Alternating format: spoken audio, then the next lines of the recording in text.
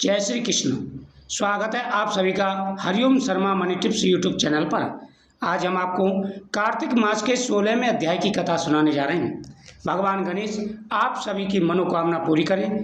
तो सबसे पहले कथा सुनने से पहले हम भगवान गणेश जी की कथा आपको सुनाने जा रहे हैं, क्योंकि कोई भी शुभ कार्य किया जाए तो पहले गणेश जी की कथा जरूर श्रवण करनी चाहिए।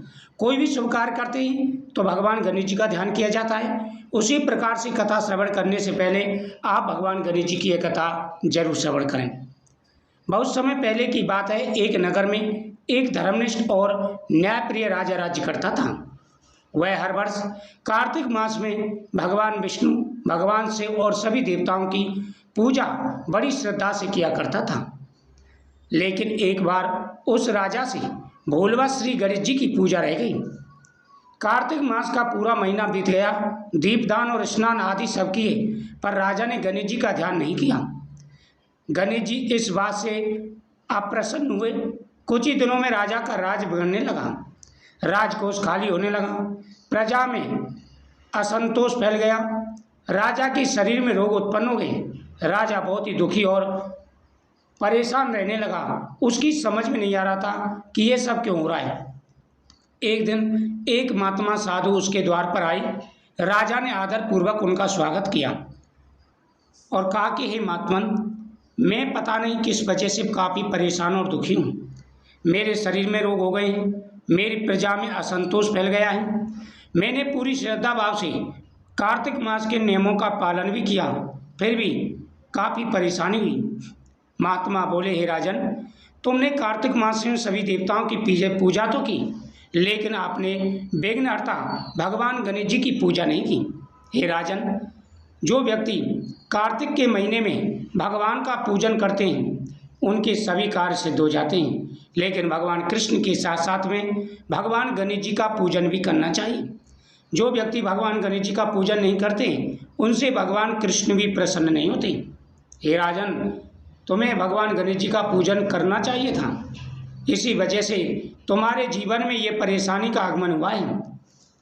हे राजन, गणेश जी प्रथम पूज्य हैं, बिना उनके पूजा के कोई भी कार्य सफल नहीं होता है, यही कारण है।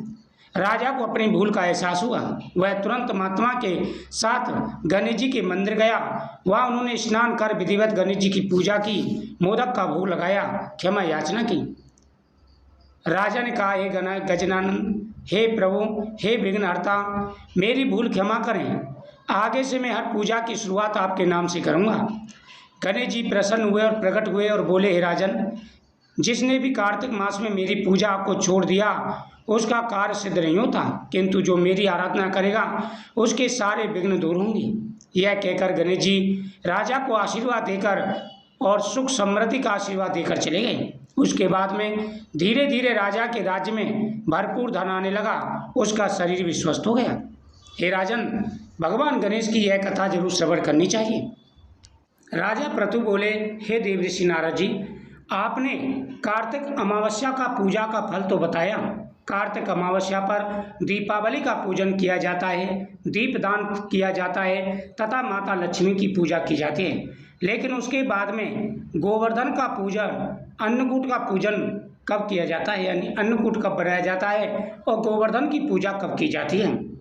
देवऋषि नारद जी बोले, हे राजन, दीपावली के दूसरे दिन अन्नकूट की पूजा की जाती है, अन्नकूट बनाया जाता है और भगवान गोवर्धन की पूजा की जाती है।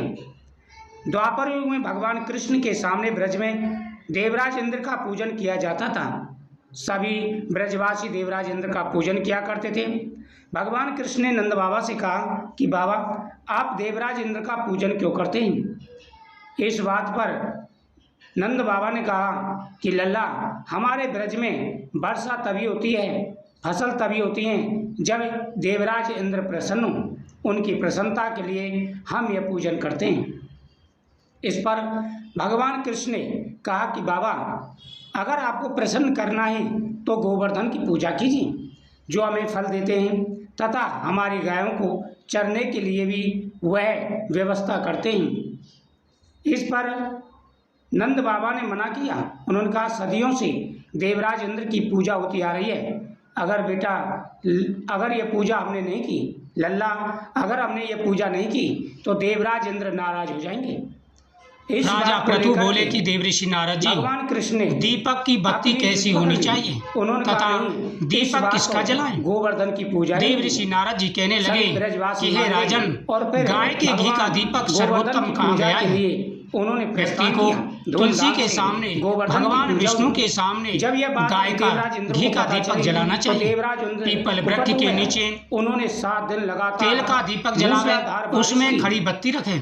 भगवान के सामने श्री जलाए कृष्ण गए ने दीपक अपनी में खड़ी सबसे बत्ती छोटी उंगली रखें। पर माता गोवर्धन लक्ष्मी जी पर्वत के को धारण सामने किया जलाए और गए व्रत दीपक की में रक्षा भी की। खड़ी बत्ती जब रखें देवराज इंद्र ने अपनी तथा पूरी शक्ति लगा ली, तेल का और दीपक वह माता व्रत को लक्ष्मी जी तोड़ के नहीं सामने पाया। जलावे ब्रजवासियों और को एक घी का दीपक वह जलावे। आत नहीं कर पाया, दोनों क्योंकि उनके रक्षक दीपकों स्वयं में भगवान कृष्ण आप थे। 4 बत्ती रखें। जब चौमुखी दीपक देवराज माता इंद्र को लक्ष्मी जी पता के चला सामने कि जलावे। भगवान ने अपनी भगवान उंगली विष्णु पर के सामने पर्वत आप को एक धारण कर मुखी, लिया है, साथ ही चौमुखी सुदर्शन या चक्र पंचमुखी दीपक बारिश को जलावे। ब्रज तक नहीं पहुंचने दे रहा। तुलसी माता तो के देवराज सामने इंद्र को भय होने लगा, एक दीपक कहीं भगवान क्रोधित न हो जलावे जाए। और वह एक उसको मुखी पूर्ण हो। विश्वास हो गया आंवले कि के यह भगवान वृक्ष के नारायण नीचे है।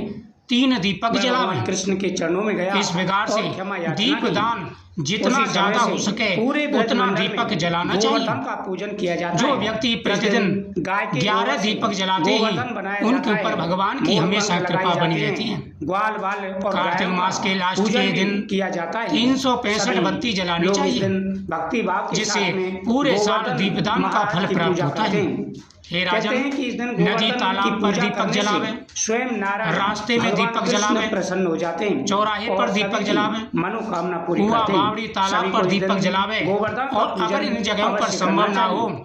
तो अपने जो भी घर सच्चे मन से पर माता गोवर्धन की लक्ष्मी, पूजा करते भगवान हैं, विष्णु, भगवान स्वयं शिव, भगवान कृष्ण पीपल उनकी वृक्ष, हर मनोकामना मेन पूरी दरवाजे करते पर हैं। दीपक जलावे।